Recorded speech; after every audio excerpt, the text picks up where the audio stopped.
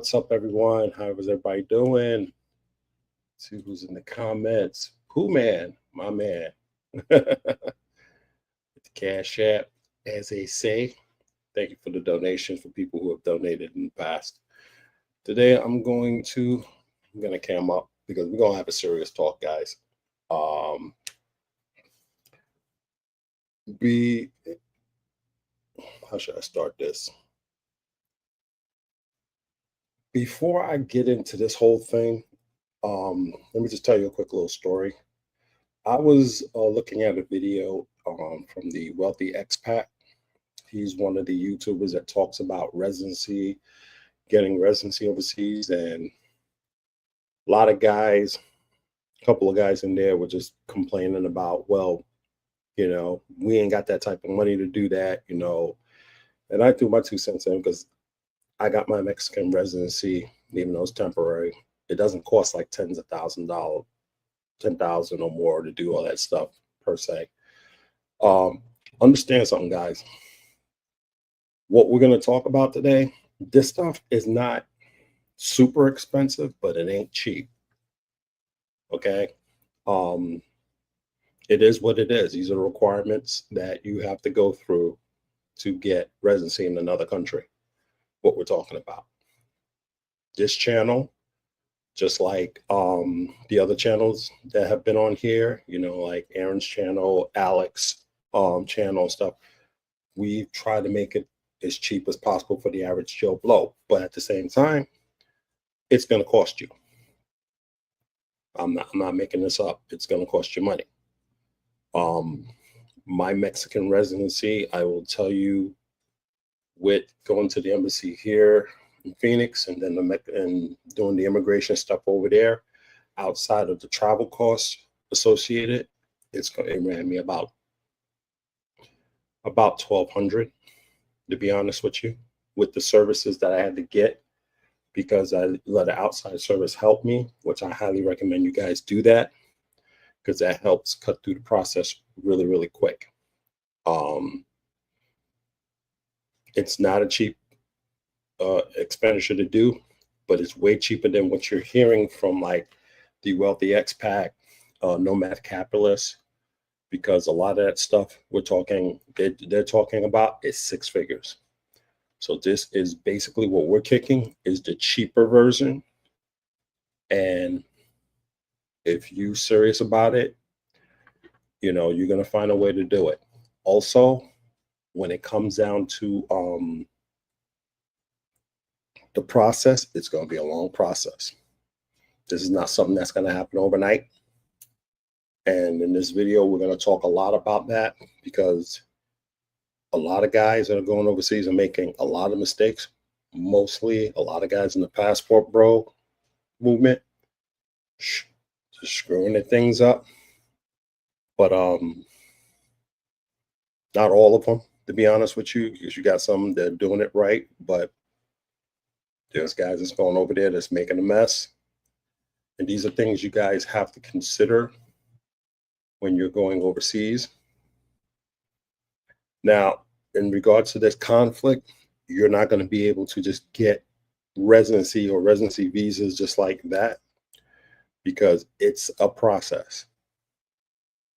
Okay, mine was a process that was about, and this is just for the temp visa for Mexico, that was a 4 months before I actually got my card. It's a process. So, but unfortunately, I had a video I was going to download, but my downloading app is screwing up. So you guys have to look at it from this aspect and get out of here. The location itself is not the issue. The issue is your behavior and your demeanor, which is one of the biggest problems in the passport bro movement. The social and political climate of that country, if you assimilate into that society, whether that particular society wants to accept you, they may not want you, period. Because there is an anti-American climate out there. So to say that, hey, go to this country, go to that country. It's not totally true. Let me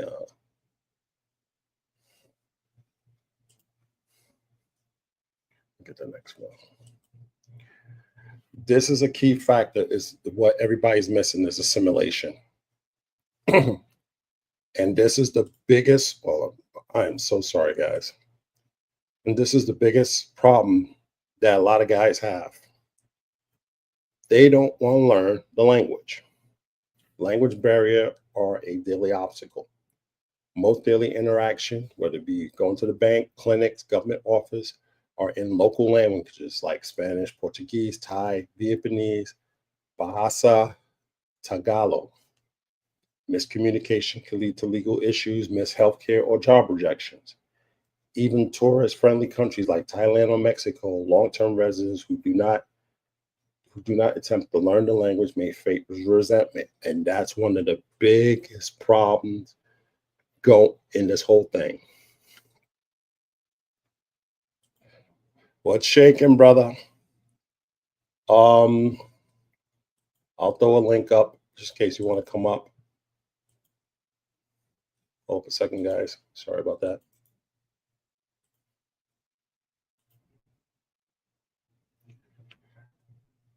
No one wants to go learn Spanish, and they want to go multiple times and visit Spanish-speaking countries like the DR or Colombia, Costa Rica.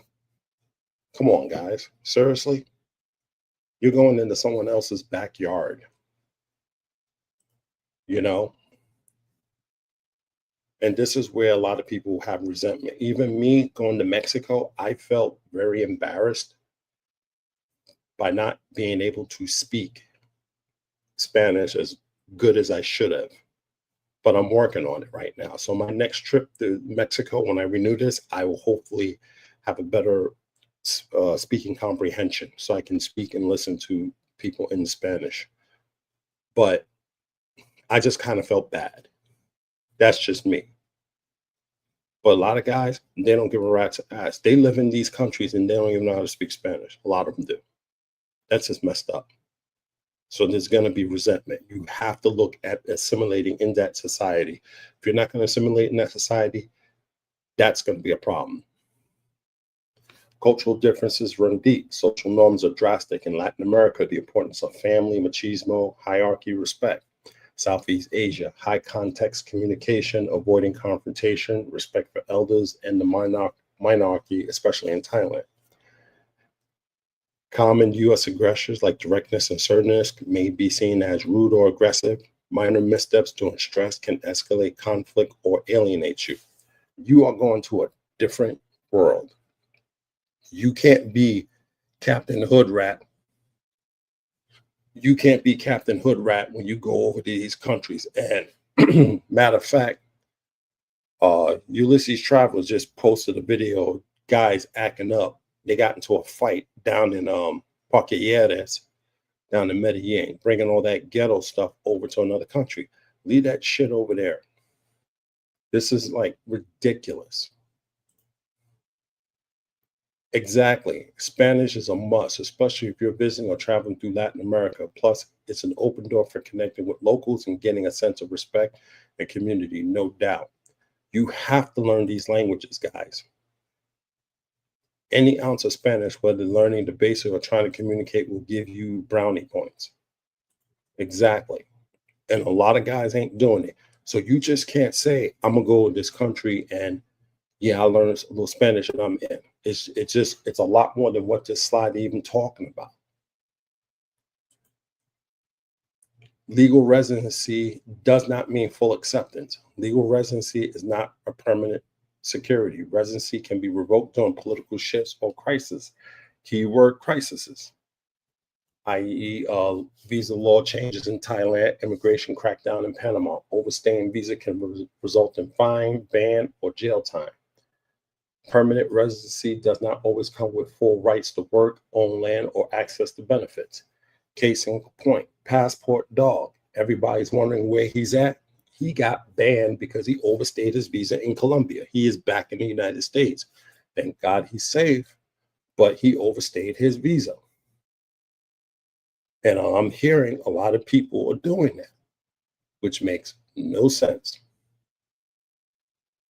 It makes zero sense for you to overstay your visa just to be in the country so you can do whatever. And if your goal is to go over there to be with the chicas and stuff like that, dude, people are already picking that stuff up, bro, and they have resentment because you're not there for the country. You're only there for the women. And sooner or later, that resentment is gonna turn into something particularly violent towards you guys, eventually, because that's someone's daughter, that is someone's sister, that is someone's niece, and they're not gonna deal with some American with American privilege going down there and being disrespectful to another country and the another person's culture. They will take it out to you the way they feel they gonna take it out to you. And you ain't got no resources, no backup whatsoever. And that's reality, guys. Cost of living may surprise you. Once cheap havens are experience a rapid cost of inflation. Costa Rica, Panama, and Mexico City now face rising rent and food prices due to foreign demand. Bali, Chiang Mai, and Manila have seen inflation due to over-tourism, gentrification, and digital nomads. Exchange rate swings can wreck budgets for those earning in the US dollars or euros. That is very true. Exchange rates fluctuate depending on what's going on in the market or what's going on globally, like with these global conflicts. Those exchange rates can fluctuate big time. So when you're talking about the US dollar may not be strong. I've seen exchange rates when I was living in Israel fluctuate. One day it's doing great. Next day I lost money. It happens. That's how the rates go. And all because of a conflict. Right now, I can probably be strong in Israel because it ain't worth much. But right now, right now with tariffs and all this other stuff going on, I don't know how strong the US dollar is. And then now you got rising rent prices. You got dudes who moving down to Brazil, living on, Copacabana Beach and down in those areas, they're paying New York prices. What's the sense of leaving the United States if you can still pay New York prices for an apartment? Makes no sense. Same thing with Parquilleras and all down in Medellin and stuff like that. You're not going to stay in the barrios and stuff like that. You're going to be a target. You want to stay in a nice area where you're safe. And those are costing money. The psychological toll is starting over because that's what you're doing. You're starting over in another country. Fleeing abroad under duress brings trauma, cultural shock, and lack of community. Homesickness and mental exhaustion from navigating unfamiliar systems. Without strong support networks, many face depression or anxiety, especially during local instability or loneliness. If you are not familiar with that environment, and I'll take it from experience, loneliness, yeah. I dealt with a lot of that when I was overseas, even with classmates, because that environment is not the friendliest environment, whether you're Israeli or Palestinian. I'm being dead honest. It is not the friendliest of friendly environments to be in. I felt alienated as much as I tried my best to be, sociable and friendly. You think I got invited to a lot of stuff? No, I didn't. No, I didn't. I had to find ways to keep myself going and doing stuff. And even today, a lot of people that I've met a guy, very sociable and stuff like that. He said, I've been in this country for 5 years and only got 3 friends because the rest of these guys are flakes and sellouts and stuff like that. Society gets different when you leave the United States. Real different, real quick. Even on social media, the same way. Risk of being a foreigner in crisis time. Ooh, pay attention to this. Xenophobia can rise quickly. Foreigner may be blamed for economic problems or cultural erosion during crisis. Example, protests in Mexico and Colombia over expat-driven rent hikes, rising local resentment in Thailand and Indonesia towards disrespectful tourists, anti-foreign sentiment during economic decline in Vietnam and Chile. Being visibly foreign or Westerner can make you a target for resentment. Exactly. Especially right now, what's been going on, especially in the Middle East, and what the United States haven't done, don't make a difference. There's just resentment towards you. So if you think running down to a particular country and you're safe, you got to do a lot of research because you don't know what their um, ideology or political ideology is going to be. Finding friends is generally as hard as hell, especially in another country. So and then again, that's going back to the language and culture. If you're going over there strictly to go knock up the women, dude, you're going to fail big time. Because a lot of those dudes ain't going to have local friends. You got to go make local friends and do local stuff. It's not all about women. And that's why a lot of these dudes you see with the channel stuff, they're failing. Because they can't survive living in another country. Because it's more than that. Hate to be the skunk at the garden party, but make sure you're legally eligible to travel to move to a country of your choice. Lots of countries have strict requirements for folks who absolutely. Thank you, Fode. That is a beautiful point. There are some countries you're not going to be able to go to if you got a record. You may not even get the permit. That is an excellent point because they will require you to have a background check. Like Aaron will tell you for Paraguay, you have to submit a FBI check. And then you're also going to be checked by Interpol. So that's another thing. And depending on the crime, they may not even take you. So all these little hood rats and stuff, they may not be able to even go overseas. That is an excellent point for that. Excellent point. I forgot about that.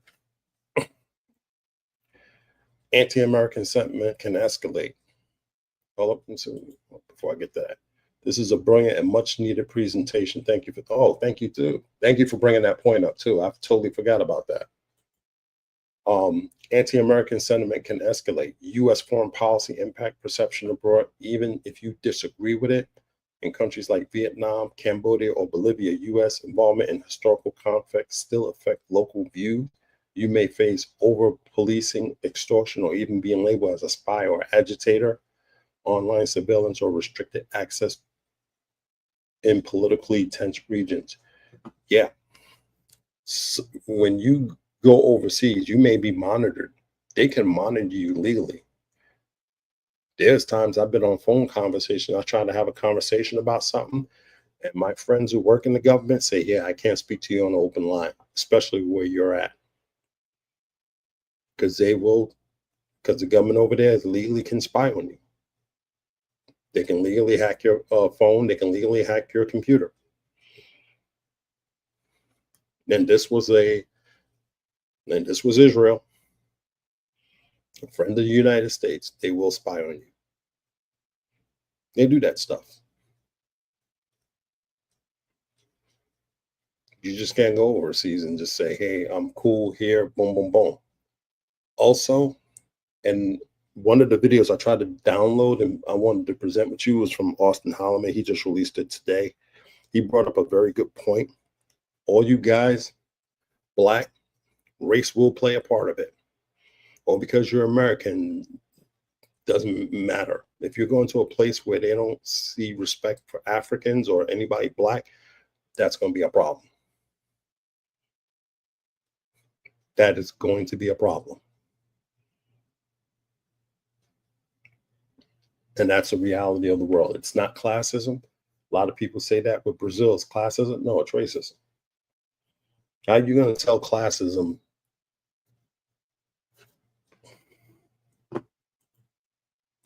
Israel, a friend of the US, more like an ally when it's convenient for them. There you go. There you go.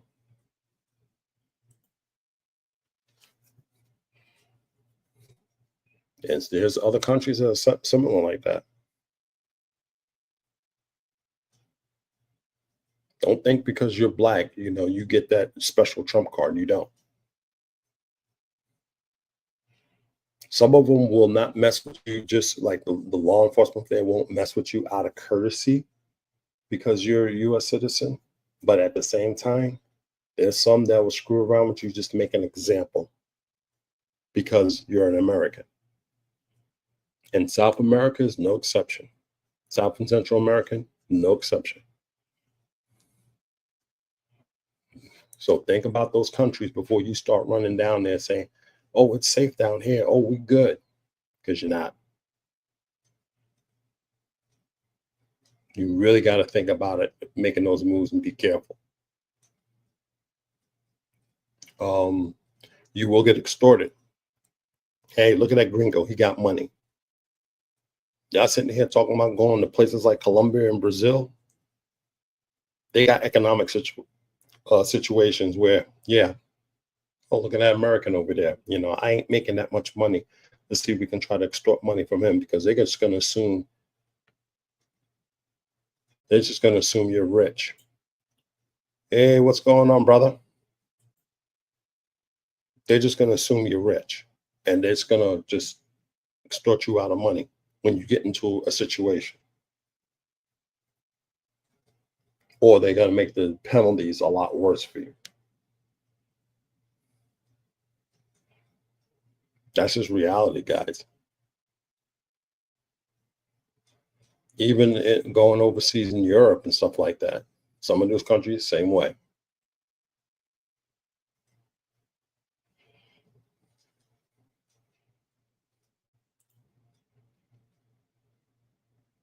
Yeah, you got to be real careful in Colombia. A lot of jealousy, even if you do succeed out of there. Yeah. I see the videos. I haven't even been to Colombia, and I see the videos. I can just tell you straight up.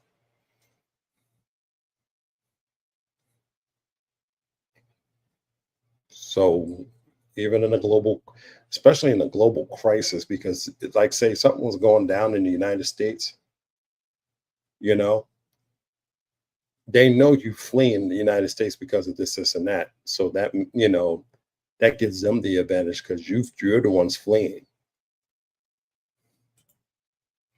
Brazil, classism and racism go hand in hand. The classism is race. Exactly the point I'm trying to make. Thank you, Tune. That's the point I'm trying to make. Everybody say no, it's not racism, it's classism. It's the same thing. And a lot of brothers want to go down there and live down there. What job are you going to get? The discrimination down there is insane. Look at the jobs that black people have down there in the higher corporate entity. You're not going to really see a lot of that stuff there. That's why when I pick countries, I'm very, very cautious, very, very particular. Love this interaction, by the way, guys. One of the best pieces of advice I got when traveling and for life in general is dress like you're Bill Gates and act like you ain't got nothing, even if you do. That's how rich people roll here. A lot of rich people I've met, they don't got all these fancy cars and stuff like that. They're a little up there, but they live modestly. The only thing they got fancy is their homes. That's it. They don't look or act rich like minorities be doing. But see, a lot of y'all think, oh, we got this passport and our dollar stretched further here. Don't matter. Matter of fact, the VAT tax for Brazil is 25% now. They added another 25% onto that. So it's just gotten expensive just living in Brazil. Airfares is going to be shooting up on that on top of that. So flying down to Brazil has just gotten expensive. And I can imagine what the hotels fees going to be like now. 25%, guys.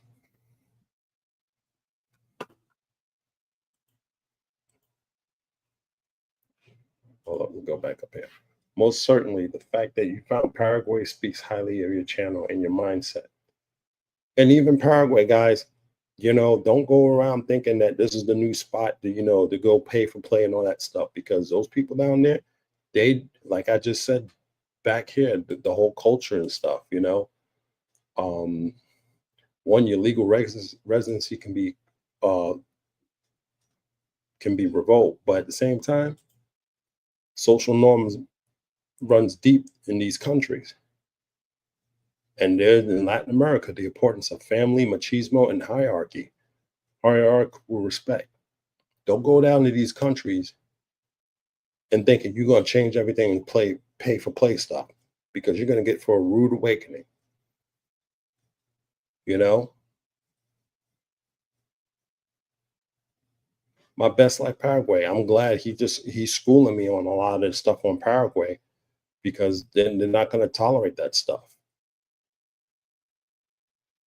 You know, so if you're thinking you're getting chica and stuff like that, and you're going to play that role down there, those people are going to remind you.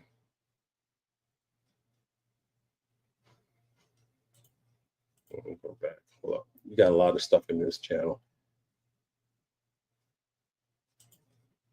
Where do you suggest? Are you talking citizenship or just residency? Because places like Paraguay, etc., you can't really get that citizenship. You can get citizenship in Paraguay. My best life Paraguay is in there. Let me just.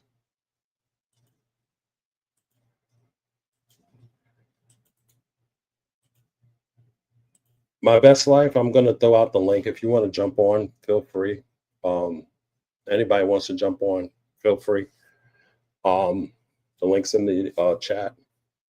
Um, Whether it's citizenship or just residency, it doesn't really matter. You basically what you want to do is you want to find a place you want to go to, a place outside of the U.S. you want to make. You want to have that second home. Ultimately, you probably want to get dual citizenship, but that's kind of a double-edged sword. You want to really do your research and see whether this country is going to be it, because you can get yourself in a situation like, I'll tell you this, what's going on in um bring myself back up for a second. Okay. Let me just give you an example, guys. Um and this is a rumor that I heard. I don't know if it's true, but there was an argument between the US ambassador to Israel and the prime minister in regards to evacuating US citizens out of Israel during this whole crisis that was happening. There was um and that led into an argument, because because you got to understand that the people, the Americans that were there, also hold dual citizenship to Israel, and you didn't want them to leave. And that's when you get in that conflict of having dual citizenship, because you belong to two countries now. So one country may say no, and the other country is trying to get you out. Now, I'm going to tell you a personal story of what's going on. A friend of mine who's dual citizenship, Israeli and Moroccan. She managed to get out. Her and her husband, they managed to get out. They're in Jordan, and I think she's trying to get home to Morocco, and I hope she do. But she's in Jordan right now. I hope she's able to get to Morocco and stay there, because I'll basically tell you, they say a quarter of Israel is messed up.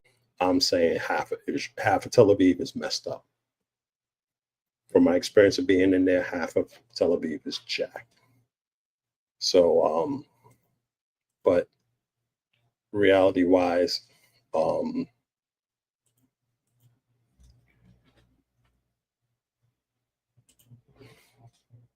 these sentiments you really got to be careful of, guys. You're going in someone else's backyard and they're not going to take your crap. So, where do I suggest? Let me go back to the question. Where do you suggest? This is what this whole slide is about, Tim. It's going to be based upon your attitude, your behaviors, and the way you approach going to a country.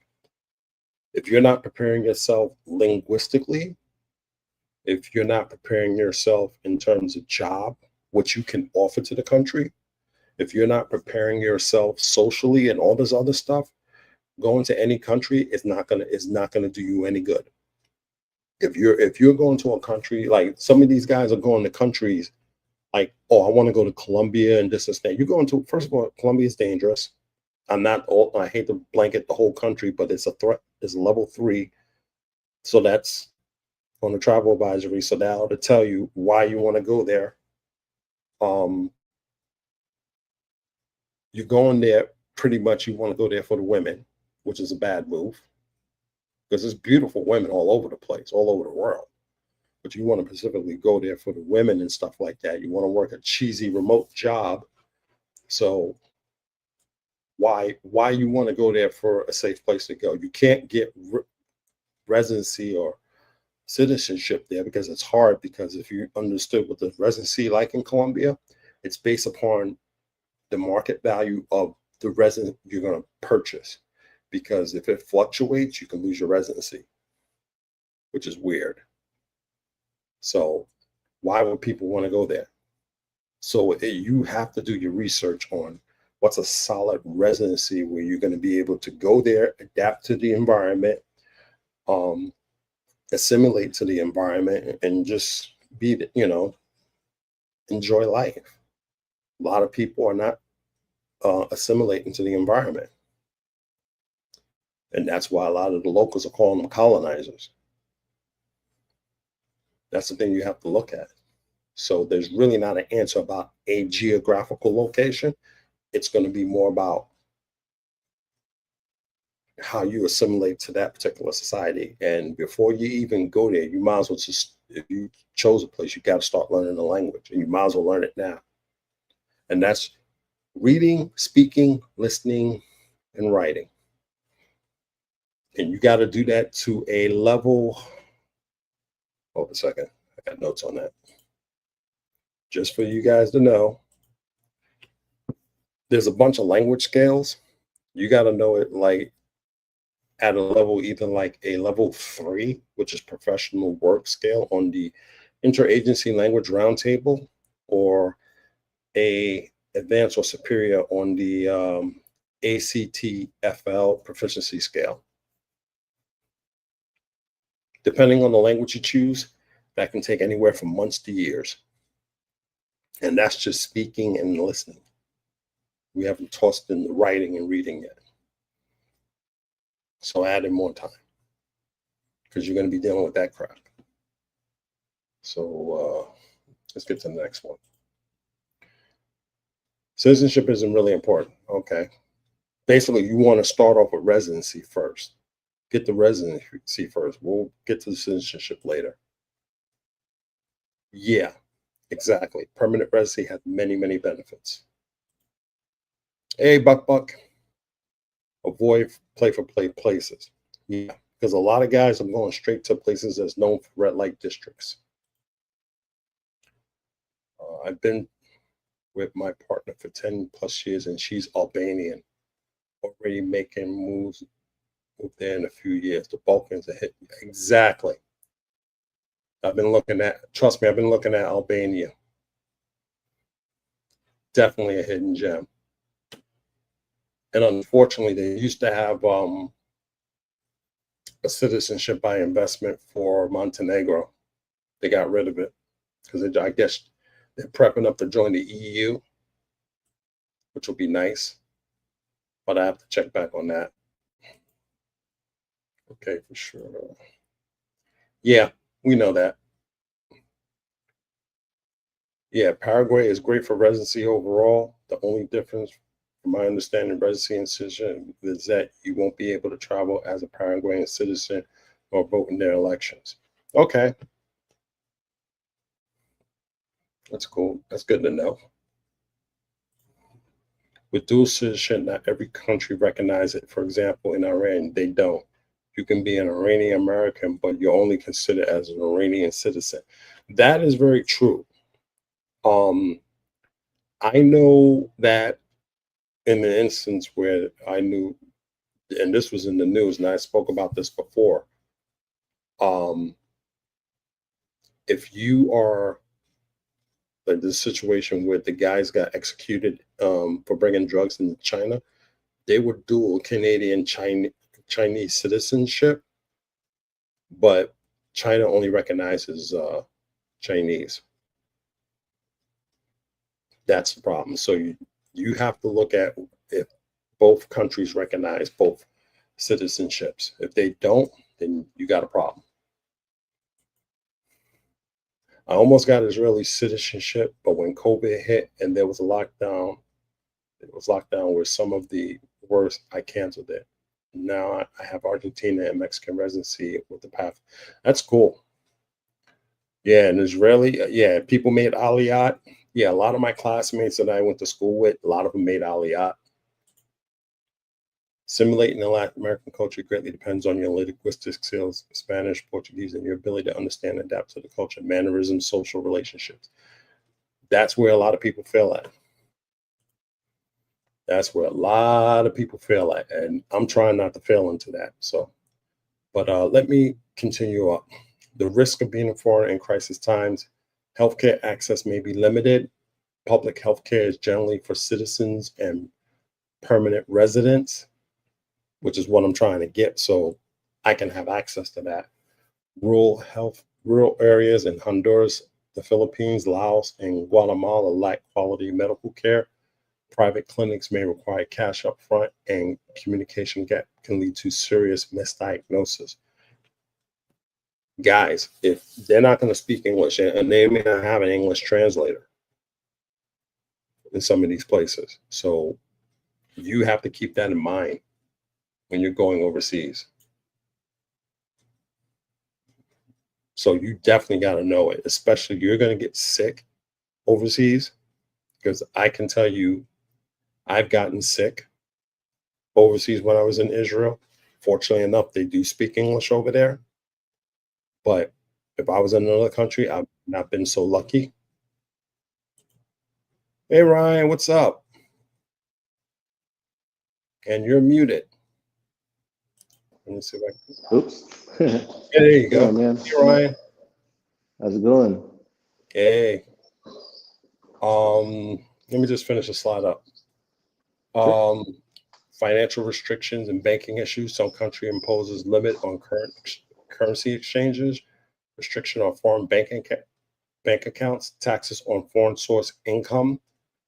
U.S. citizens are affected by FATCA, making banking harder in countries like Thailand, Ecuador, and Indonesia. In emergencies, you can face blocked accounts, ATM outages, or frozen transfers. Those are things you got to look at, and those are things you're going to have to do a lot of research on, guys. Um,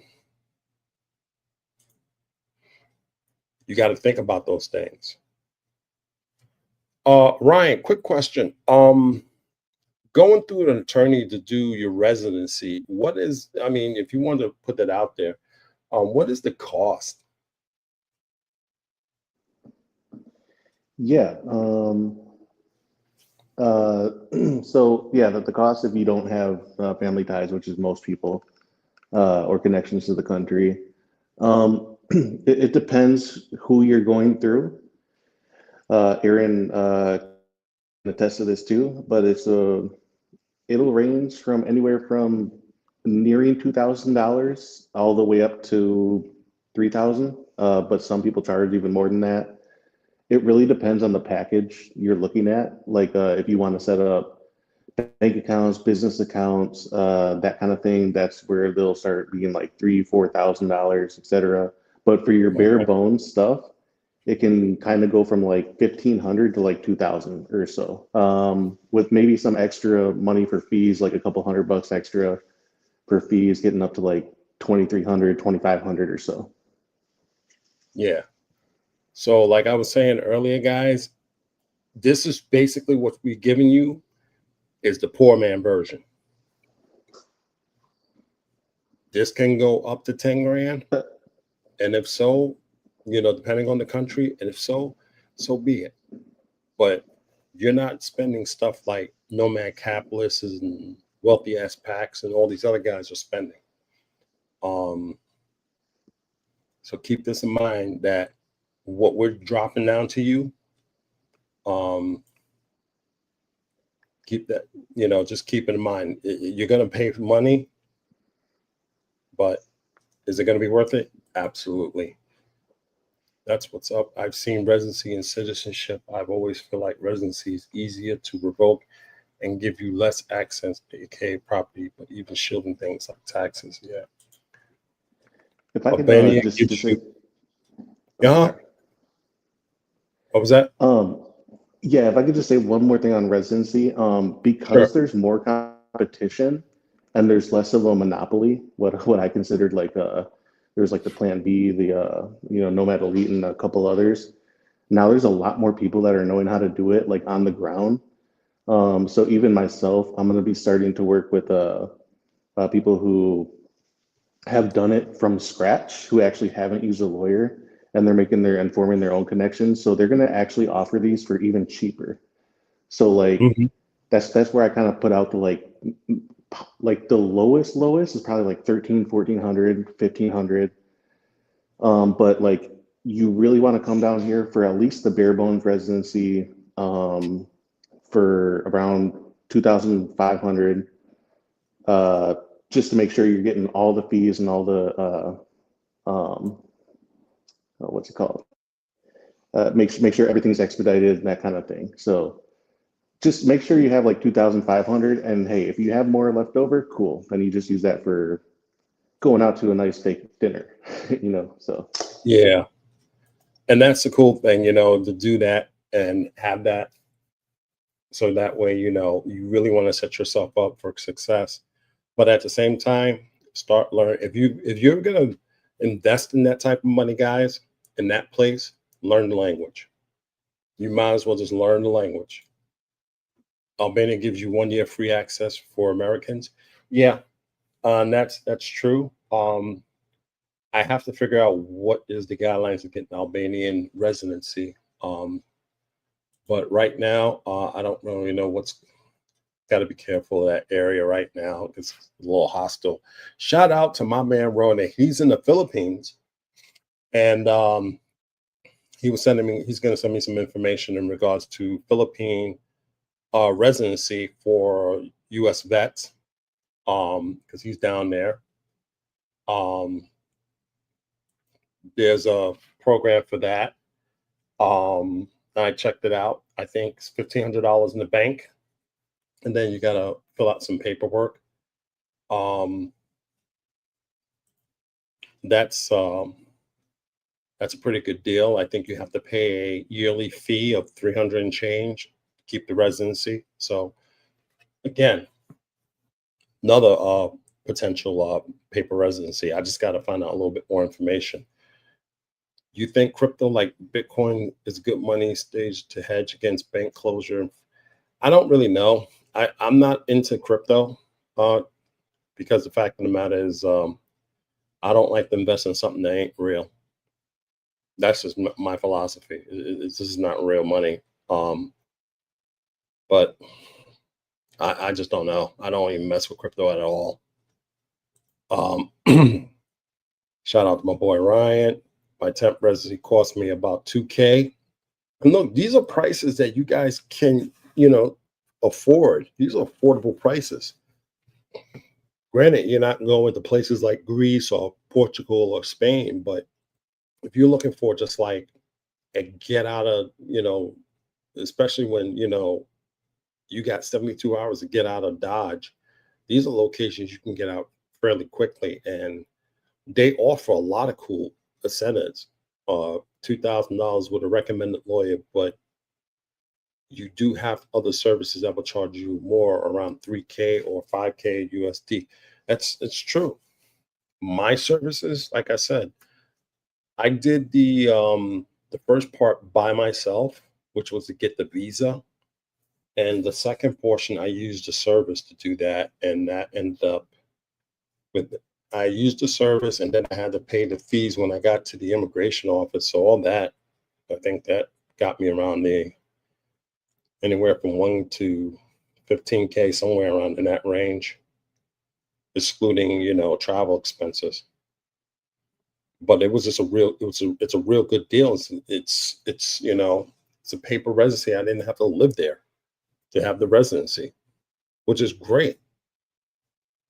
And like I said, Ryan, he's over there in Paraguay. It's the same thing. I can go over there with $2,000-3,000, link up with Ryan and his peeps, go through the whole process and get the residency and don't have to live there.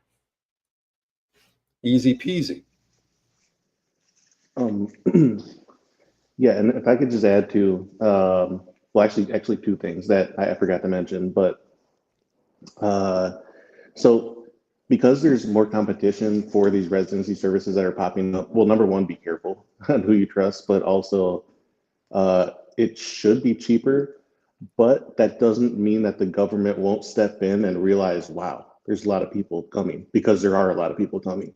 So the government might step in and throw in some more loops. So just because there's more competition to help people get residency, the government might, want to capitalize off of that, because every year or every 2 years or so, unfortunately, there's something new that pops up. And that's usually because more government officials want more money in their hands. So more bureaucracy, unfortunately. So there is urgency to this. I would say shoot for 3 to 5 years, if not sooner, for people.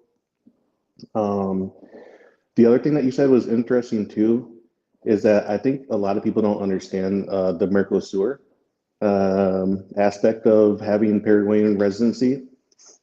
So, for example, I have a car here, and my license plate on it says, what is it?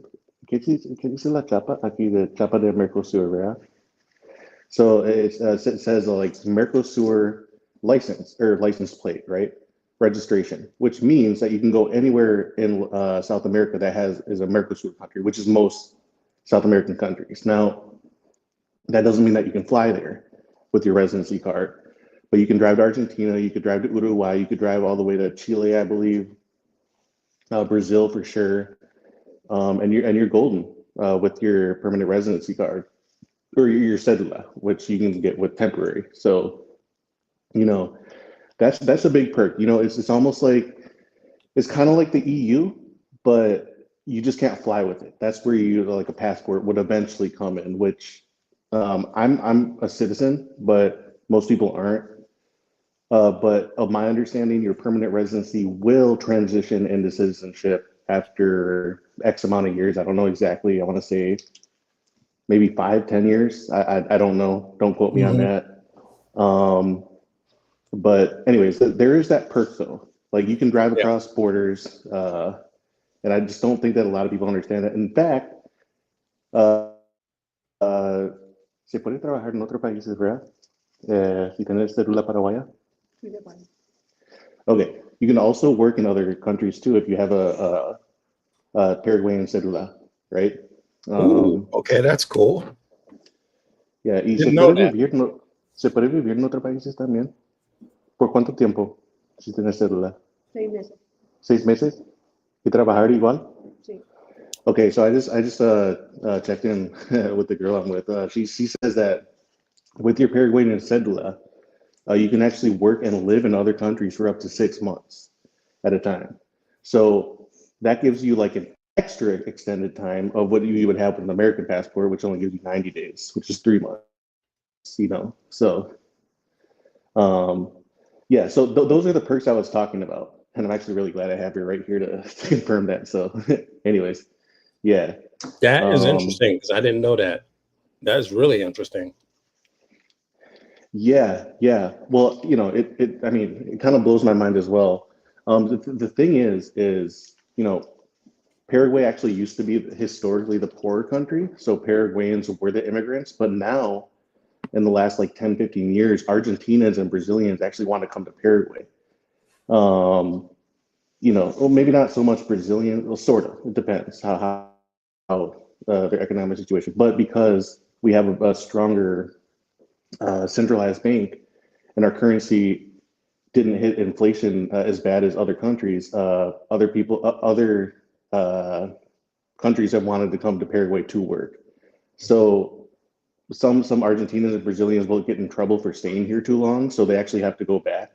Paraguayans still will go if they feel there's an opportunity for their specialized roles to other countries. But I know we're talking like for expats, but I'm just giving the locals perspective. But you know, it's interesting though. But yeah, you can go live and work in Brazil, for example, and that's actually what a lot of people do.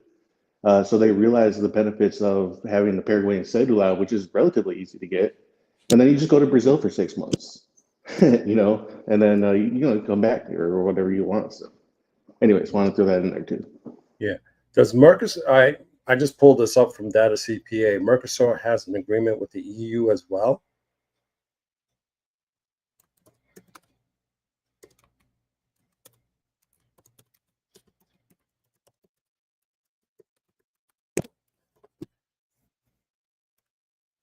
Kind of Googling that. Yeah, they do. Reach a trade agreement, but is not yet ratified, not currently in effect.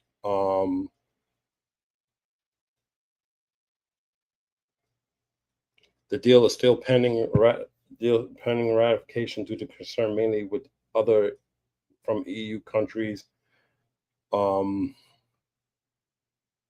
Basically, it's the elimination of 90% of the tariffs on both sides, greater access to EU companies to Mercosur market, um, better access to EU agricultural market, sustainability development, climate action, the Paris Agreement, and labor rights. Those are the only actions I see because I just Googled it. Those are basically the only actions I see as far as with the Mercosur agreement. It doesn't mention anything about traveling, but that can eventually happen somewhere in the future.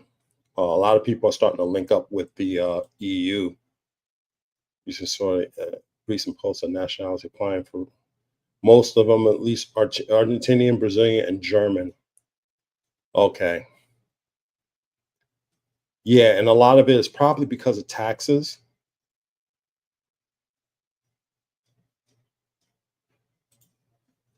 Yeah, that's what I mean. As you enter the business visa can come in. Yeah. And that's another good thing. If you're gonna start a business and stuff like that, that would be interesting to have that Mercosur card and stuff like that. So anyway, let me go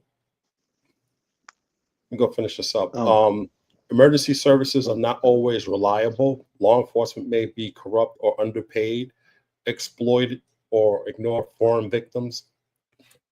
That's a big one. I've heard many horror stories in Colombia, guys getting shaken down by local cops.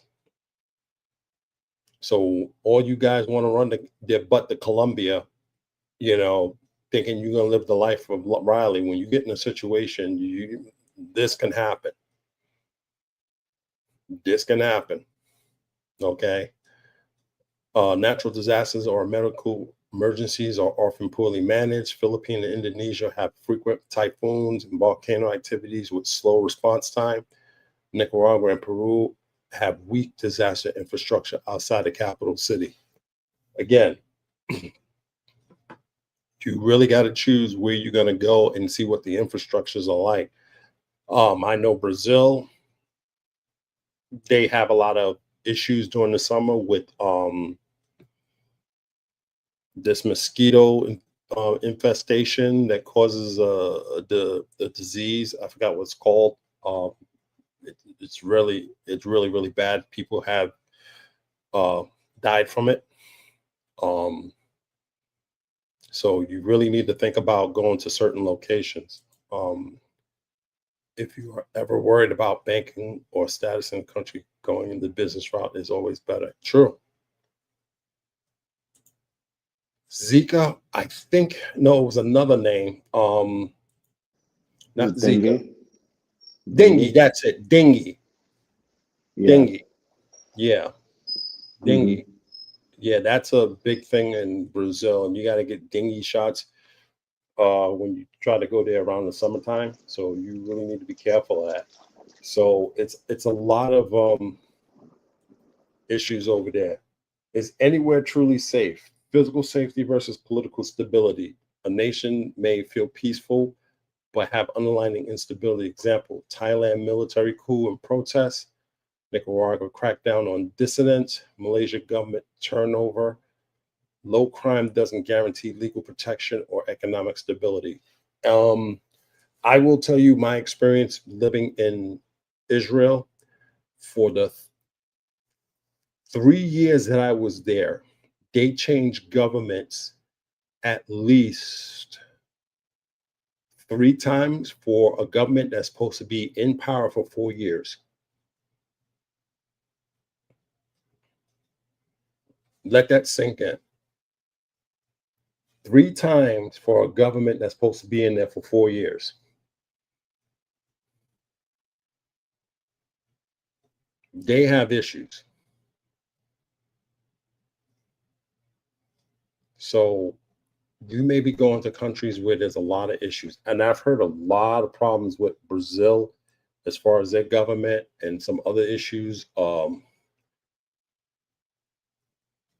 That you may look at these YouTubers saying that, oh, it's out here, the women are this, and that. But what type of government are they living under? Also, guys, don't start relying on these remote jobs because you might have to get a job within the government of the country that you're in. And if you don't have certain skill sets that they're looking for where they can overlook hiring their locals, you know, you're just screwing yourself out because a lot of these guys are just making excuses so they can go live. Now, Thailand's the big thing. Thailand is not going to overlook their people to hire you because they needed a good reason to do that. And then when they find a good reason, then they got to go pay for um, work visas and all this other stuff that get you on board. So think about that. Countries that are right now looking are going to be in Europe or Dubai. They'll take a foreigner in a heartbeat. And we're talking right now, the biggest things right now, like I told you in the other video, it's going to be like medical, it's going to be IT, cybersecurity, stuff like that. So if you ain't prepped up and prepared and got all your certifications and all your training and stuff to go into that type of field overseas, you SOL,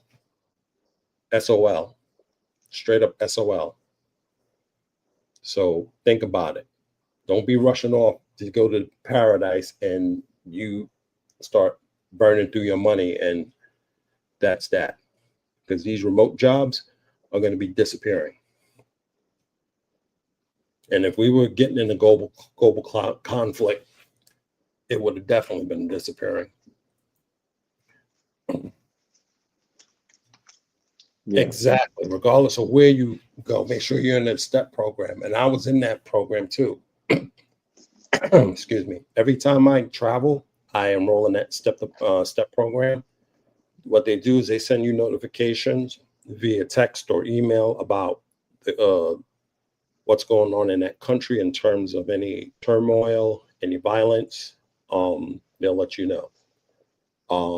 It's also a good middle ground for your family to, if just in case they lose contact with you, they can reach out to the State Department and they can help out with trying to reconnect with you or something happens. Also, have the numbers of the State Department in your local area, know where they're at. Um, a lot of guys don't do that stuff because they got poo-tang on their mind, and that's where they fail at. And when something happens, they don't know what to do. And a lot of these guys that get robbed up in Colombia and stuff like that, they don't realize they can get some of that they can get some of that money back. They can get some of that money back from the State Department. But let them keep being a victim. Like the one that just posted a video of him in Parque Aires showing off his chains and stuff like that. Like he's all that. And I was like, okay, another victim.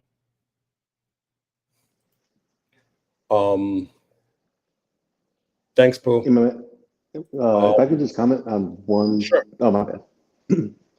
Yeah, just because I saw that you had touched on business here in Paraguay, or there was a comment about it. Um, I'm working for a company who's actually starting here in Paraguay, like a sister company, right? Or a second. But one thing I did want to warn about that my boss is running into about bringing this company from the UK here to Paraguay and setting up shop here is that at least the bank that he's going through, which is BNF Bank, it's 90 days before you can actually make an international transaction into the country. Now, it's not a law, at least what I can tell, and uh, it's not even actually a policy for most banks, but they still enforce it. And their excuse is like money laundering. So I just wanted to bring that up just because, like, if you think you're going to set up shop tomorrow, just try to plan for a window of like 90 days where you can't actually successfully make an international transfer of money from a from an outside international bank to here. So, but then after that, it should be smooth. But like 1 to 5 days through Swift is normal. But like that first 90 days, for some reason, they have that hold on there. So I just wanted to just let you guys know about that. That at least my company's running into issues with. Yeah. And thanks for bringing that up because a lot of the citizenship by investment program, just to take for example, the Trump ban on certain countries and stuff, some of that is because of there has been issues with money laundering. Same thing with the UK. They have sued other countries because of this citizenship by investment because there's been issues with money laundering within there because people will buy um, citizenship to open up bank accounts, and that's to launder money. Malta got sued. Think they went after Portugal, and a lot of people in a lot of countries closed their programs it's just so they can just redo it and try to figure out how to meet the standards, so that way they can prevent that stuff. With the United States, they're banned. A lot of it's because of foreign actors trying to infiltrate the U.S. by buying citizenship and trying to, get into westernized countries who are bad actors. Um, those are reasons these things are happening.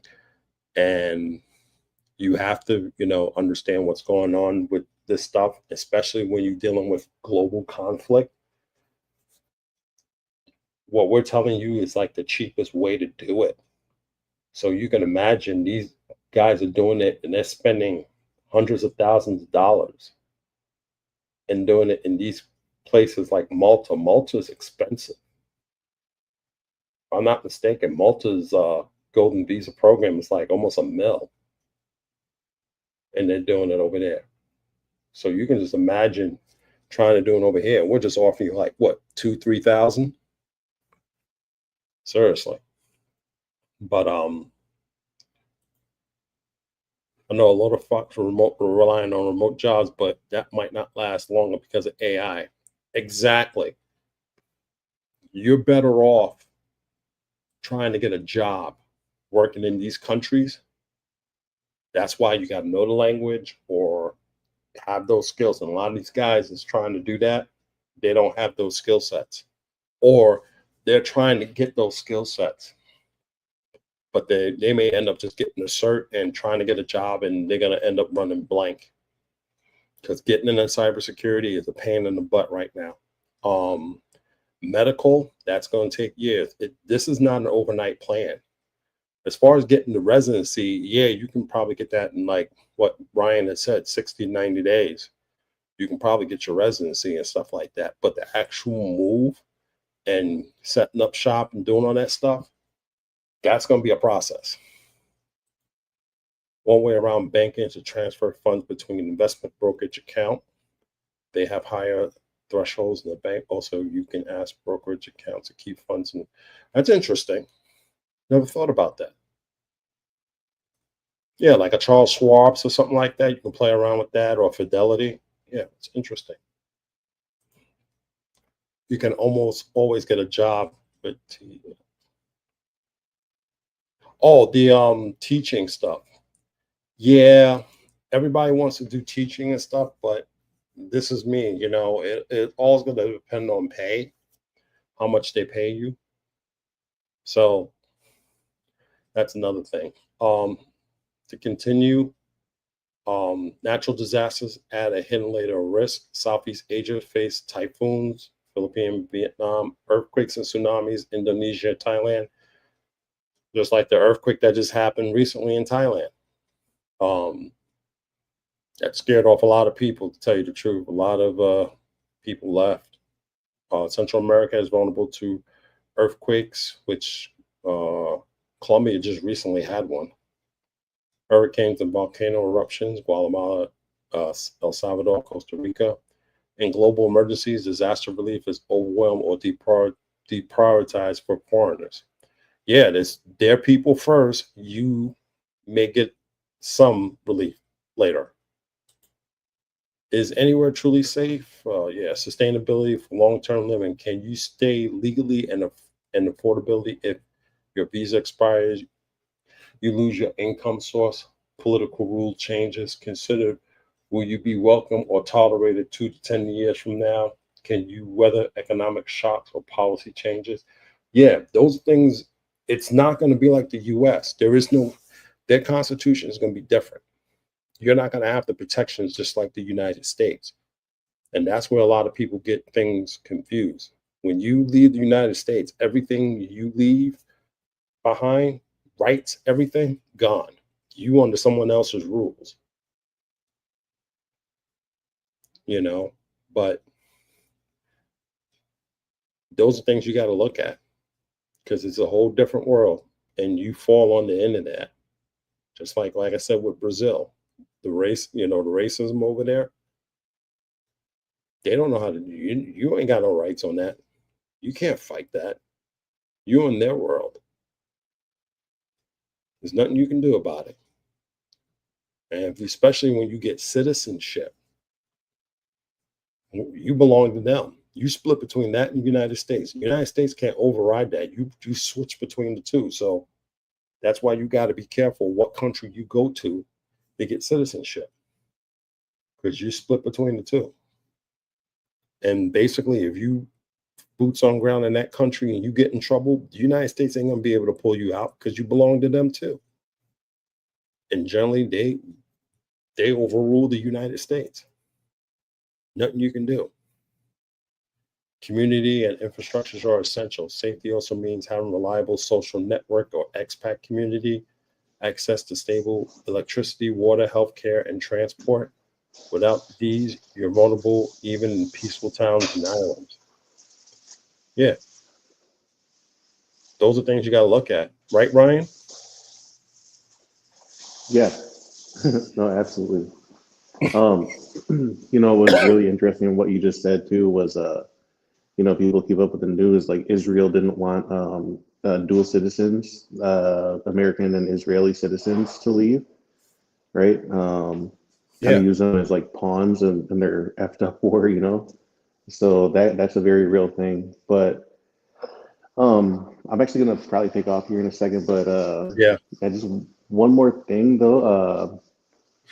Yeah, I certainly believe, in planning, and I even talk about in my channel. There was a good 2 years in the making between residency and actually making the move and all that kind of stuff. But I don't also agree with planning forever and ever and ever for like 10, 15 years either, because you do have to live life.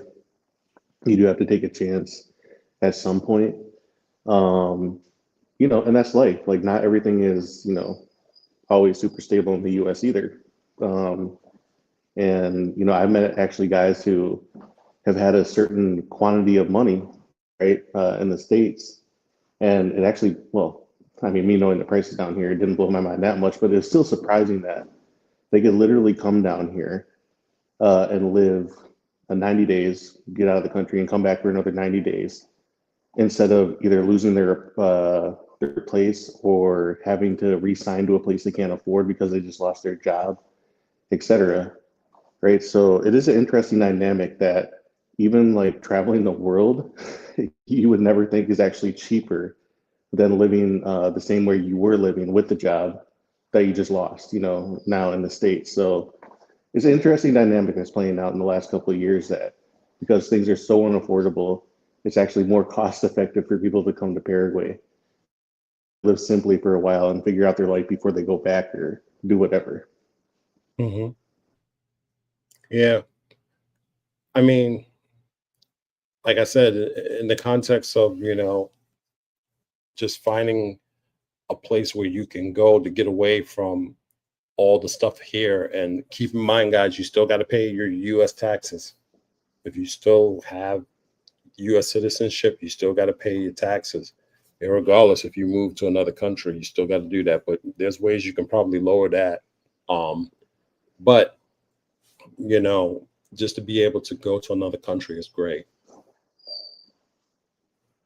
Absolutely. Well, I'm gonna take off here, my man. But yeah, thanks for letting me to jump on here. Anytime, But you're yeah, these more are than welcome to come up here, Ryan. You know that.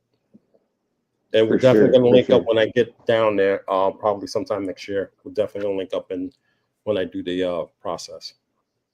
Oh, we'll be talking before that and on each other's lives again. I'm gonna get Hmm. back and caught up eventually on the beginning of your slides, but very interesting stuff. And these are your slides that you prepared? Yeah, I prepared these slides. Oh, nice, nice. Okay, yeah, these are super interesting. Okay, Hmm. yeah, cool, cool. All right, well, I'm gonna see you guys later, and I might stay in the chat for a little bit, but I'm gonna get off of here though. But Okay, man. all right, take All right. care, y'all. Take care. Yeah, that's Ryan. He has the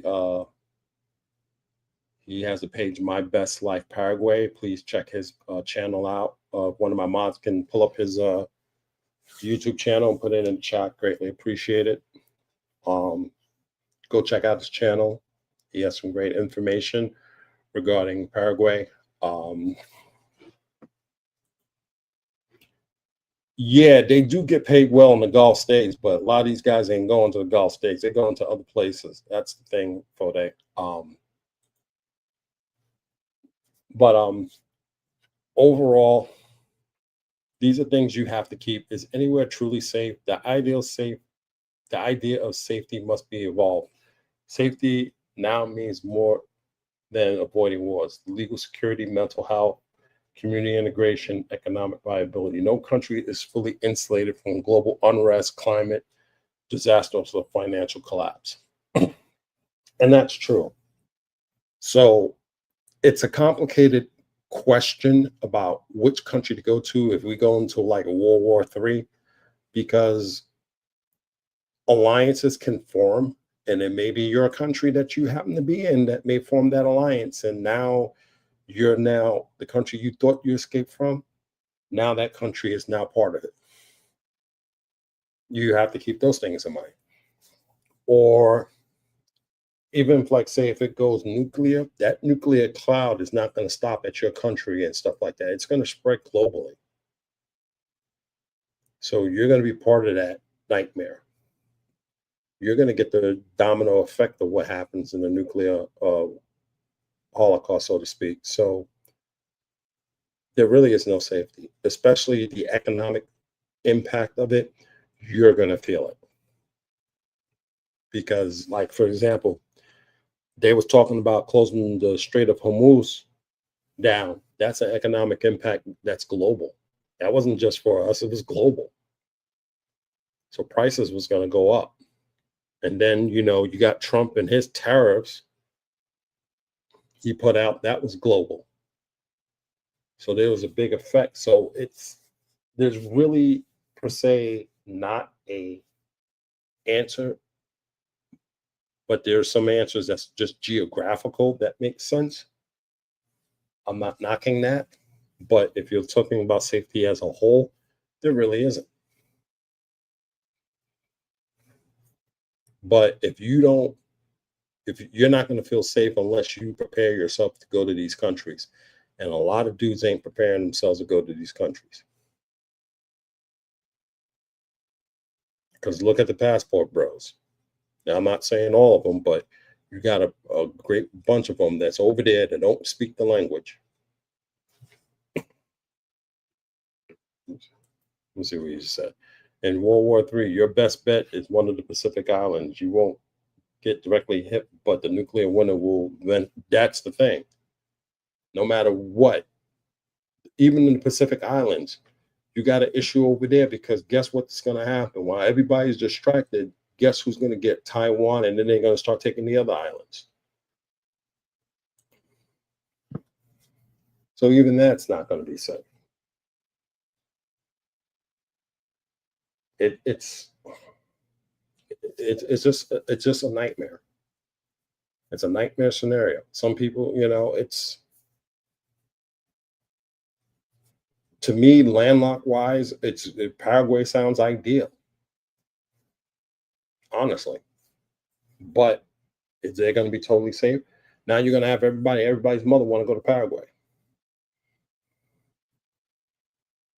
But realistically, when you look at it, is that going to be the ideal place to go when everybody wants to go flood up Paraguay to be there just to be safe? Now they're going to have immigration issues and all this other stuff and housing issues. Argentina, that can be another location, but again, they're going to have issues. We just saw that they just posted that how many people have put in applications. The top three was Argentina, Brazil, and Germany.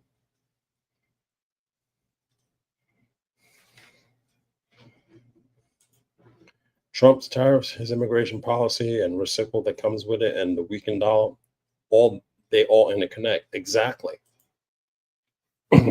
That's why when you're talking about doing uh, remote jobs, that may not help you. Everybody talking about, yeah, get a remote job, you be part of the 1%. You're not going to be part of the 1% because you're not part of that 1% population. You're stuck inside your home working remotely for a different company that's not affiliated with that country or that country's economy. Yeah, you're making that, but who you impressing? You're not impressing anybody because you're not affiliated with that. It's like me moving to Paraguay and working for a company in the US that allows me to make money, make US dollars overseas. I'm not part of the 1%, even though my salary, puts me in that category, but I'm not part of the 1% because I'm not with that 1% crowd. I would have to work in the 1% crowd to be part of the 1%, to interact with those people. I'm not interacting with those people, and none of these dudes are. That's the difference.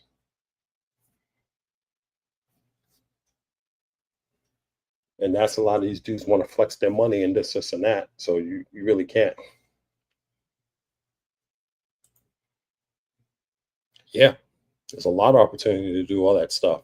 But a lot of people don't take those advantages because they just want to go to these particular countries where um that's red light districts and trying to impress the lower end of the population because they know they can't get to the higher end because the higher end is not going to be impressed because the higher end can go to the United States. Just like with Mexico down in Guadalajara, Ulysses Travelers, shout out to him. He was telling me straight up, those women got their stuff together. That's why passport bros come out disappointed because they think they can go sleep with these women who are very, very beautiful. But these very, very beautiful women have been to the United States. They have studied in universities all over the world. You just can't just do that stuff. These ain't the women like you see in Stratus 1 and 2 in Colombia and up in the favelas of Rio and stuff like that. Even them being 1% carries a huge responsibility and privilege. You can't mess up when you give an opportunity to work remotely and while stay disciplined to the job living overseas. You can't. Working remote, that's discipline. That's big time discipline. You in paradise and you got to stay focused on working. That's all you do is just work. Just like the female YouTuber who's in cybersecurity. I haven't seen her post anything in months. She posted one video after the earthquake and I haven't heard from her since. I'm dead serious.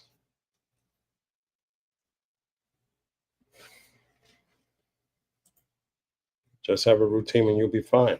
Well, a lot of people flex, bro.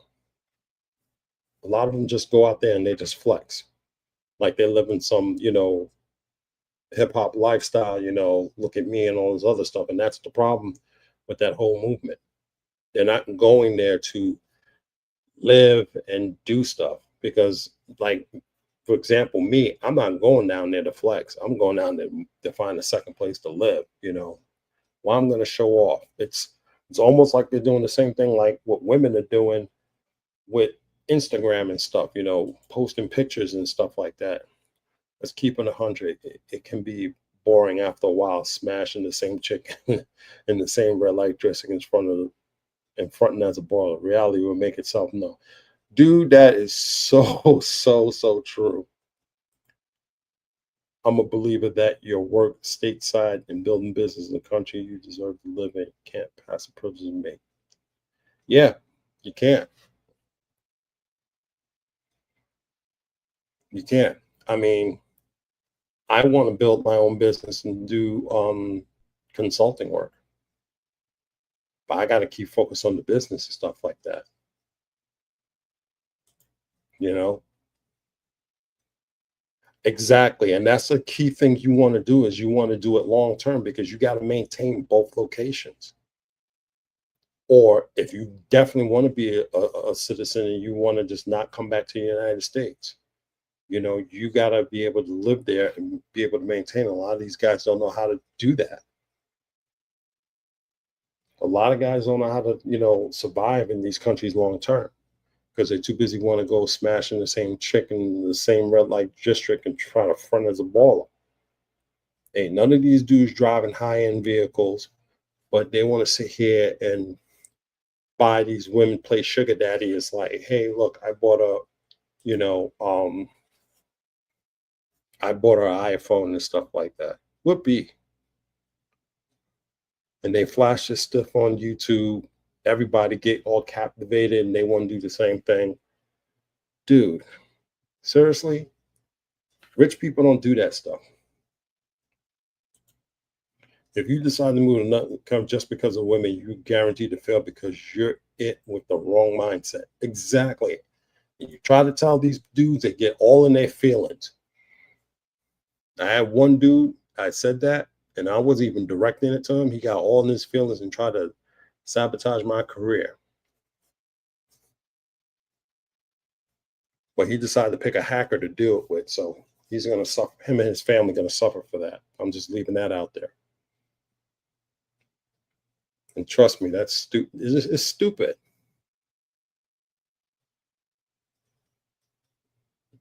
Go out there and just try to survive, man. Because right now, with the way things are going, why you want to worry about, just go smashing chicks? Beautiful women everywhere. Armenia, uh, Albania, Italy, Greece, Italy, Spain. It's beautiful chicks everywhere. I mean, there's beautiful chicks everywhere, dude. Y'all want to sit here and just act like little dogs and stuff like that, man. Nobody's putting up with that. And like I said, you go into a different environment, they're not going to put up with that crap. And I wish I was able to download that video from Austin, because I wanted to show you guys, you dudes that are, most of us are a minority, and some of us are black. We ain't got that privilege like white people. We don't when we're overseas. Racism is global, dude. Even if you are an American, we don't got it like that, bro. And all these dudes think that, we have it like that. But, even you got to be careful with that. You can Airbnb and stay and extend stay in the US and use public transportation over. You can get your costs down. Yeah, you possibly do that. No doubt.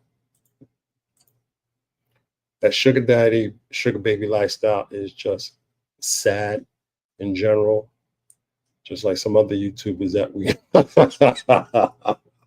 Oh, I know, brother. I know. I mean, what are you just saying? Now they're checking phones right now when you come back into the United States. And right now you're posing this lifestyle of being this, that, and the other. What does that say? That's gonna smell. They're gonna take it as just using the S trafficking. What type of crap is this, man? That ain't gonna look good. Too busy want to, oh, I'm living my best life. Well, shut up about living your best life. We ain't gotta know about it. Just sound like a little. Yeah, even us brown folks can make mistakes for many ethnicities that may not be like, yeah, exactly. Tell you that this the hatred is real, bro. And you do think you got like that because you got that little blue passport? No,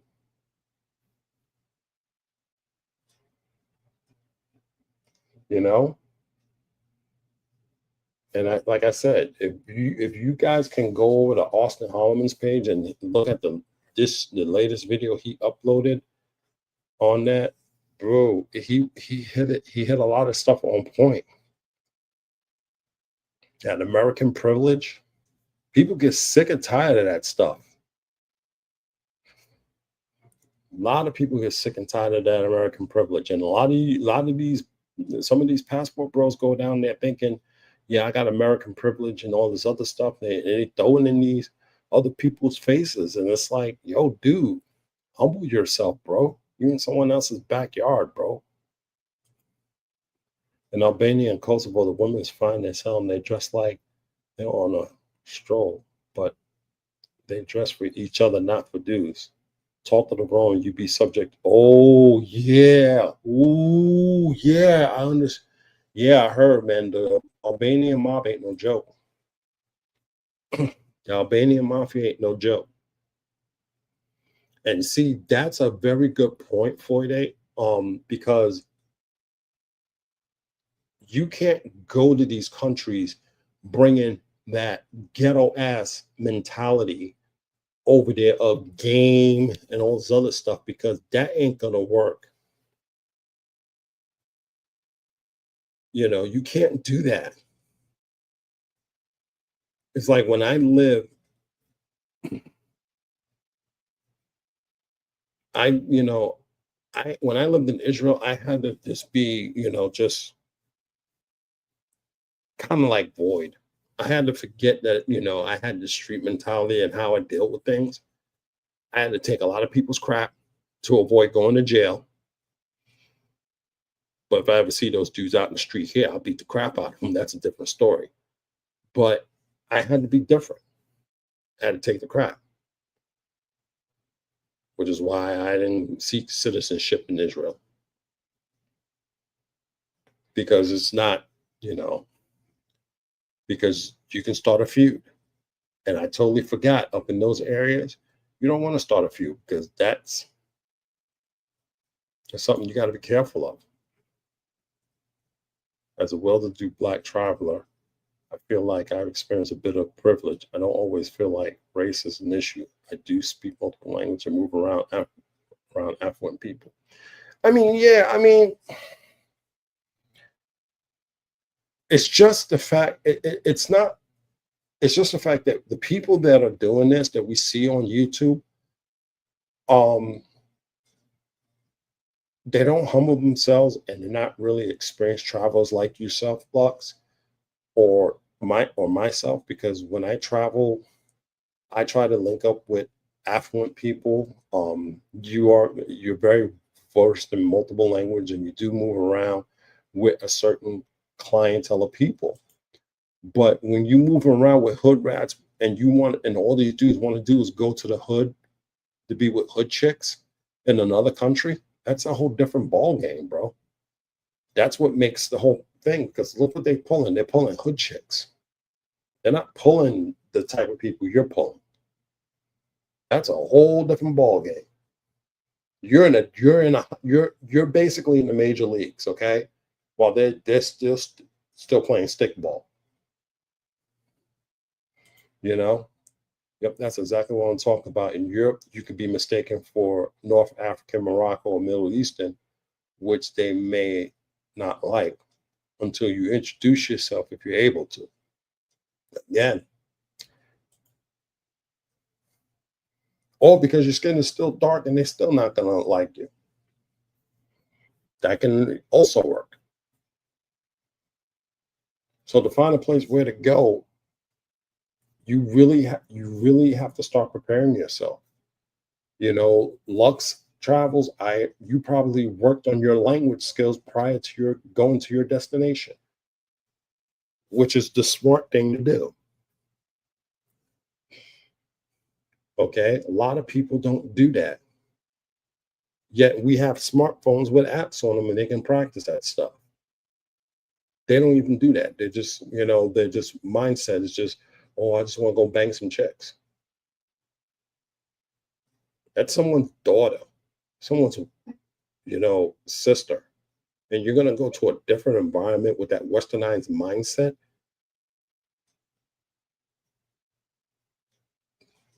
And like someone said up in here, it was Fode that said it, try that in Albania or Kosovo and see what happens. And those freaking groups out in Albania, stuff like that, they got reach, bro. They got reach. Take your little ass home. They'll find out where you're staying at.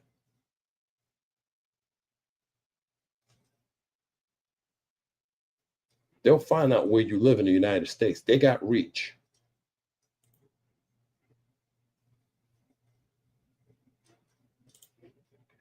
To put a wrong image on black and brown people out there in the world, the general population. That's why it's it's it's a benefit as an individual to be an electric, meaning your ability to connect with others. You have to be able to connect with others and do that. You do it through language. You can't just go to another country and start talking about just knocking up women. You got to get to know people, everybody. You know, you got to just be out there. Just like when I went to Brazil, I got to know the guys working at the counter at my hotel. Get to know them. They got on my channel, and I told my prop their establishment. I did the same thing with I didn't really do the same thing. I just talked about I met some people when I was in Jordan, and they got on my channel. It's You really have to start to get to know people when you go on these vacations, because you never know who you're going to meet, who's going to prop you up, who's going to help you out in life. And North Africans that are well to do have integrated smartly in European society. Great. And that's what we need to do. You got to learn how to integrate. And that's what this whole topic is about. It's like you talk about, okay, let's go to this country, but how you're going to be able to integrate into that society. It's just, yeah, the key is the language, but you got to leave everything, everything about yourself at home and be able to integrate in that society. You can't bring westernized mindset and persona over into the society because they ain't gonna work. You got to relearn and just be like these people because what you do may be offensive. One thing I've noticed, being black can be an advantage at immigration in certain countries. They may be pissed with Americans but sympathize with you because they know your history. True, but at the same time, the behaviors, like in Colombia, they're seeing a lot of black men coming over there just for the women. So that can be a negative as well. That's a problem. The lady I'm hanging with right now, I was introduced by a neighbor who I befriended. Great family. See, that's a great way of meeting people or meeting your bride or girlfriend or whatever, is just getting to know other people. But you got to know the language, you got to know people. And a lot of guys don't do that stuff. Your local neighbors, local friends can help you out tenfold. Even economically, they can let you know where to buy certain things, etc., where to rent, where to exactly. But people don't do that. That's the difference between serious travelers and passport bros. Integration across all categories, being the language, value of society, learning about the country and its history and character. Exactly, Aaron. Exactly. You have to know all these things. And they don't want to spend the time to do it because they're too busy want to be perverts. Not all the passport bros are like that. But the ones that's see, first and foremost, the ones that's doing it aren't passport bros. They're sex tourists hiding under the passport bro name. Let's make that clear.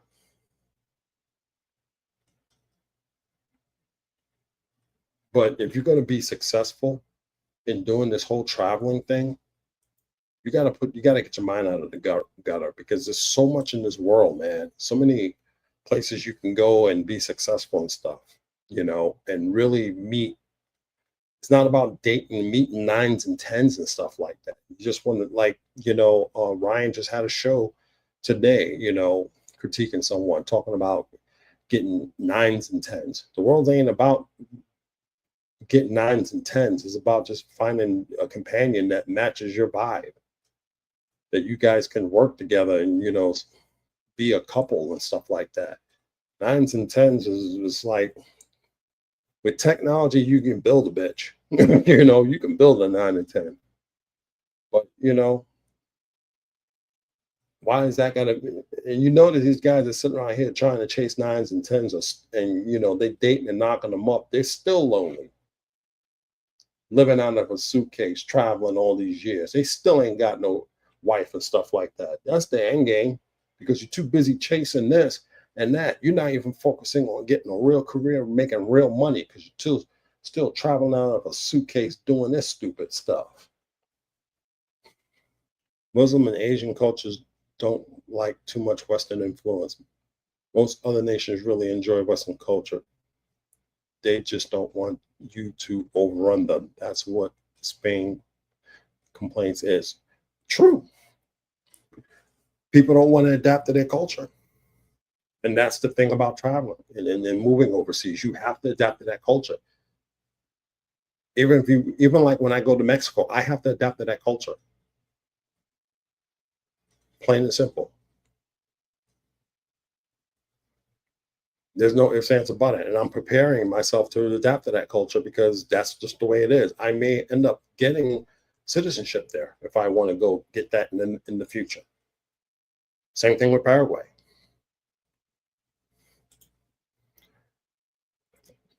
FFR. I used to love going to Rio. As soon as Snoop put out that video, the Pookies and Ray Ray show up, like Chris Rock said. Grand opening, grand closing. Yeah, well, and it's not just Rio, guys. There's other places in Brazil you can go. You can go down to Florianopolis, go to Fortaleza. Just Rio's is the biggest one. Skylar Pedro got shut down permanently. He got suspended. It wasn't shut down permanently. They got suspended. Got his website now promoting X tourism, and he got a whole community of guys in it. This is, you know, I'm trying not to rag on Skylar because he is prior service, and I got my respect for my vets. But this is just, I like him when he gives information about Brazil, living there, and stuff like that. But at the same time, the ex-tourism stuff is just ridiculous. And that's the stuff that's going to get you guys get a lot of people hung up, because now if they're searching phones and they start seeing you going down there for ex-tourism, especially after the mayor of Colombia went down, he was supposed to fly down to the United States to talk to Homeland Security about this whole sex traveling thing that's going on. So, yeah, trust me, trust me, those guys are going to be on the radar. And unfortunately, the real travelers like us, we're going to get dragged into it.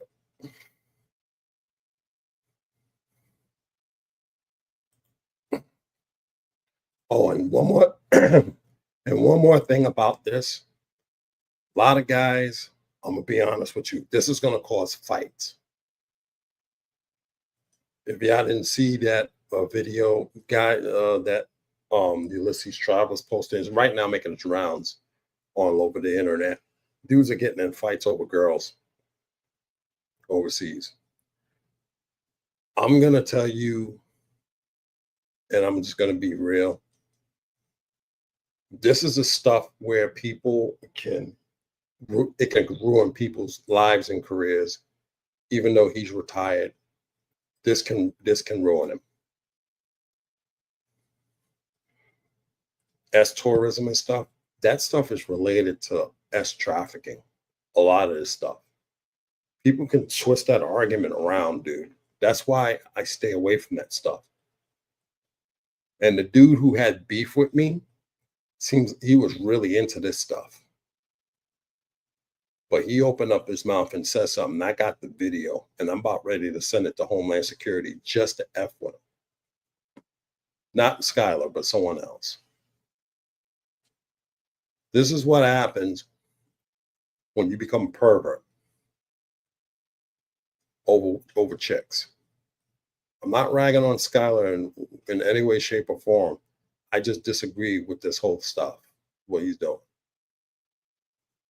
He was better given the information on how to, living and stuff like that in Brazil. But if he's doing this, and I think he's just doing this more for the money, because this is what the crowd wants, I'm going to be honest with you. He's going to fail. He's going to fall hard, because you don't think that the government's watching this stuff? They are. They're watching this big time.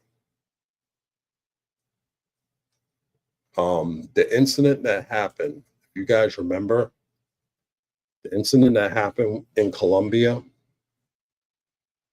with the guy with the kids in the apartment, he tried to get those 13-year-olds in his hotel room. That caused a big uproar. Interpol, the mayor of Colombia invited Interpol to come down. Interpol got a permanent shop in Medellin, Colombia. You don't think they're just doing, guys coming down there just to mess around with kids, because that's not a big thing. Mayor's been posting about guys messing around with the women too. So you don't know what he's been whispering in Interpol's ear. You don't know what Interpol's doing behind the scenes. You don't know what reports or white papers are being said about passport bros, since a lot of them go down to Medellin. And people are upset about that stuff. You don't know what research is being done on this.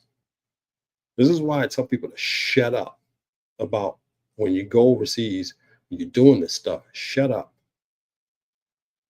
Because they're gonna be looking at everybody's freaking web pages and pro. Now all of a sudden, now we're looking at phones.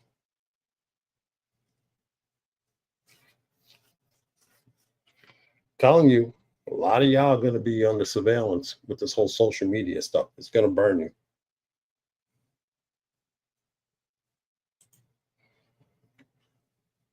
Where you are winning is with the ladies you want to see you smile and ask you how the food was.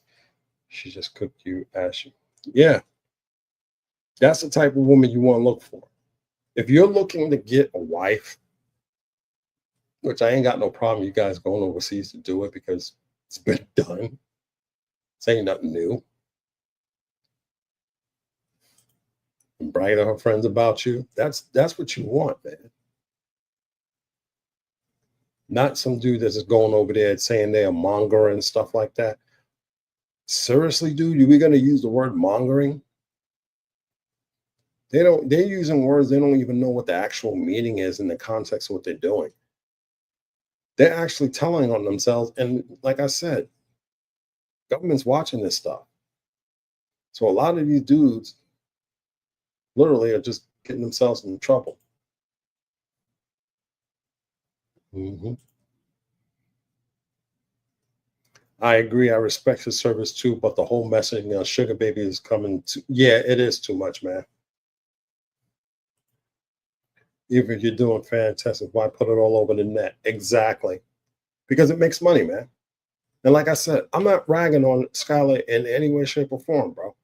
But my personal opinion is this: he shouldn't be doing it. That's if he people are why people surveil this shit. And I know that because I'm in cybersecurity.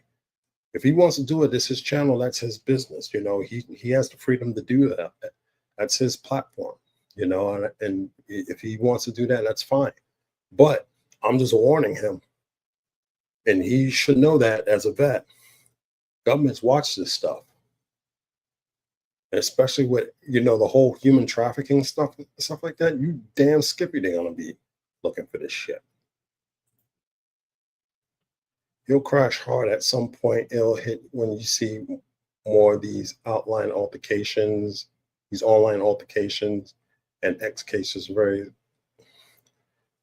countries. This can end very bad when passport bros get. They already got a bad rep.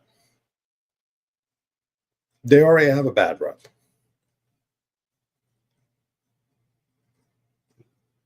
And it wasn't meant to be like this, to be honest with you.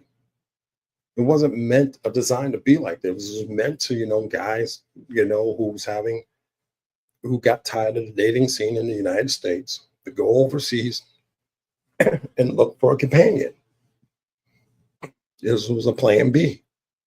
But what's happening right now, it just turned into crap. It just turned into just, now they're playing hard and crashing hard. Unfortunately, this is why Sir's channel grows slower. But guess what? We'll be able to live wherever we want without consequences. And that's true. But the sad thing about that, give me a quick second, guys. My voice is cracking.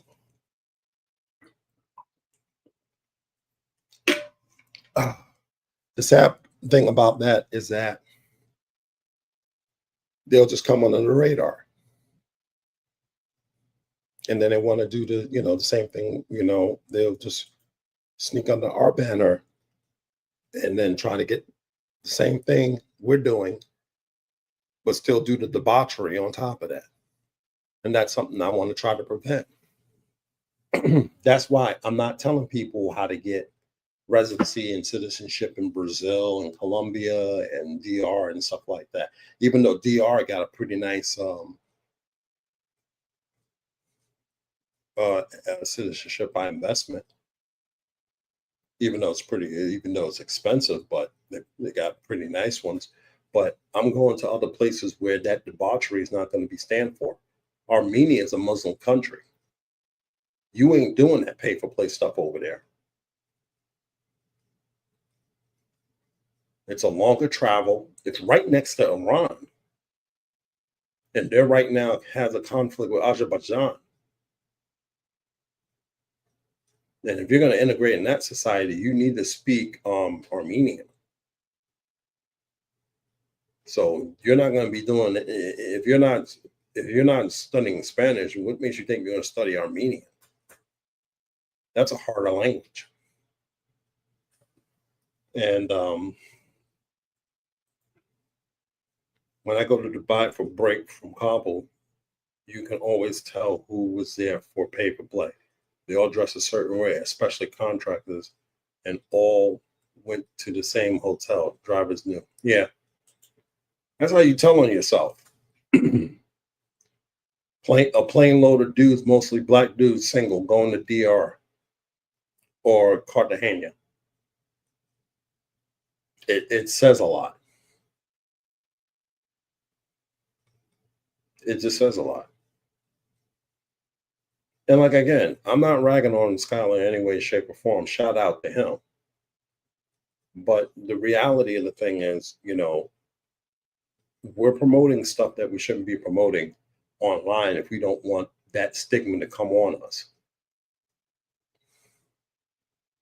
I don't want that stigma on us as black men. You know,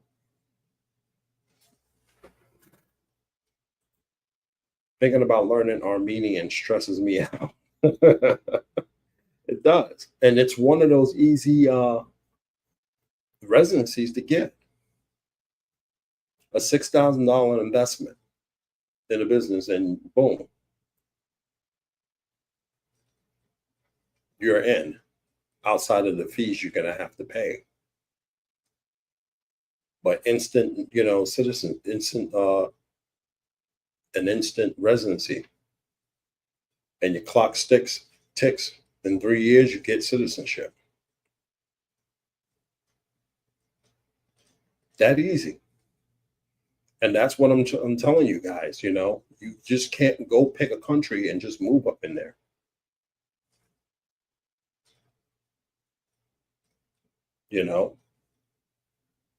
But at the same time, like I said, there's a lot of debauchery on this stuff, and shows like this, like someone just said over there, it's shows like this that don't get a lot of traction because we drop gems over here. We tell you guys the truth. I'm not going to sit here and give you BS. I'm going to tell it to you like it is. If you really want to do this, and you have the Hispanic expat, he'll tell you how to do Mexico, just like me. And he also is doing Paraguay. You got My Best Life Paraguay. Those channels, go seek them out. They dropping gems like left and right, and they're giving you the experience of what it's like being in those countries. These are not pay for play countries. And we're telling you that because I can tell you that the blacks that are in Mexico are generally just digital nomads and older folks trying to stretch their SSI payment living in that country, or people trying to live in Mexico trying to stretch their payments or what they're getting out the government from the United States. And they're living good. They got a place that's $400 a month. Food is cheap, and they're doing well. They can't survive in the United States, so they tried an alternative, and this is the alternative. It's expensive living in the United States nowadays. Getting a house, it doesn't make any sense to get a house when you got interest is high. Everything is expensive now. And this is what this show is about. This is what it should be about. But I'm not saying everybody go to these 4 spots. Travel the world, see what's good for you and what's going to be great for you when the global conflict happens. That's it.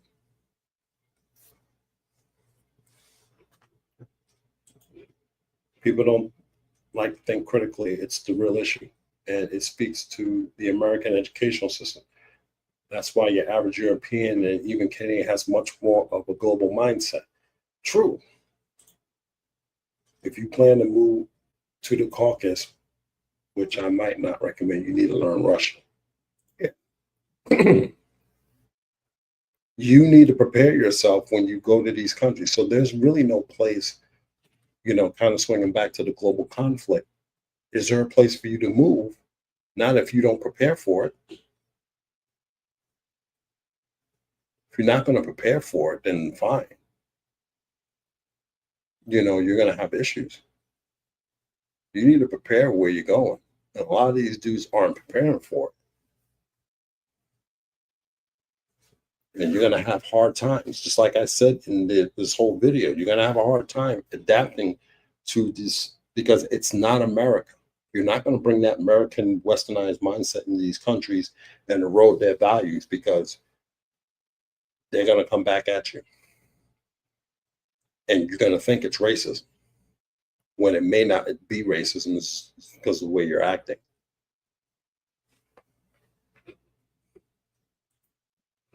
That's been my experience when doing consultation, at least. Yeah. Now, in consultations, they're probably going to tell you how to, maybe this is the way you should be acting and stuff and how the culture and stuff is. I drop gems on this channel. I'm not going to feed you guys bullshit. If you want to be successful, if you don't, then, fine. A great channel to follow is Move Abroad and Thrive. He's a Black American retiree oh, yeah, I've heard of his channel. Yeah, I heard of his channel. That's a great channel. Move Abroad and Thrive. So we're coming up on 2 hours, man. Just want to thank Ryan for coming up. Also, all you guys throwing input, Again, like I said, no beef on Skylar. Mad respect for him, but the ex-tourism is just not. I don't think he should be getting into that. He's just going to draw a lot of unnecessary attention with the government and stuff like that, eyeballing him.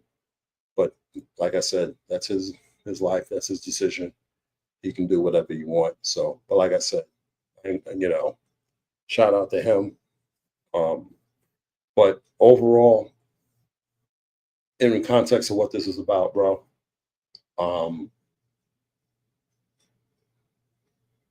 there's really no place when there's a global conflict you guys can move to, even on a geographical sense, unless you are prepared to go to that place, and that means you got to prepare.